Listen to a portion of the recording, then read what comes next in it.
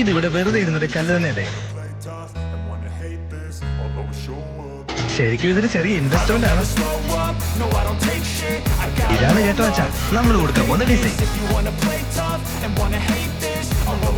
അച്ഛൻ അവിടേക്ക് നോക്കിയോ, 12 മിനിറ്റ് കൊണ്ട് ഇൻവെസ്റ്റ്മെന്റ് ഡബിൾ ആകും. അങ്ങോട്ട് നോക്കാം, അങ്ങോട്ട് നോക്കാം. ഇതാ പണി തുടങ്ങി. ഒരു കല്ലും കുറച്ച് കുങ്കുമവും.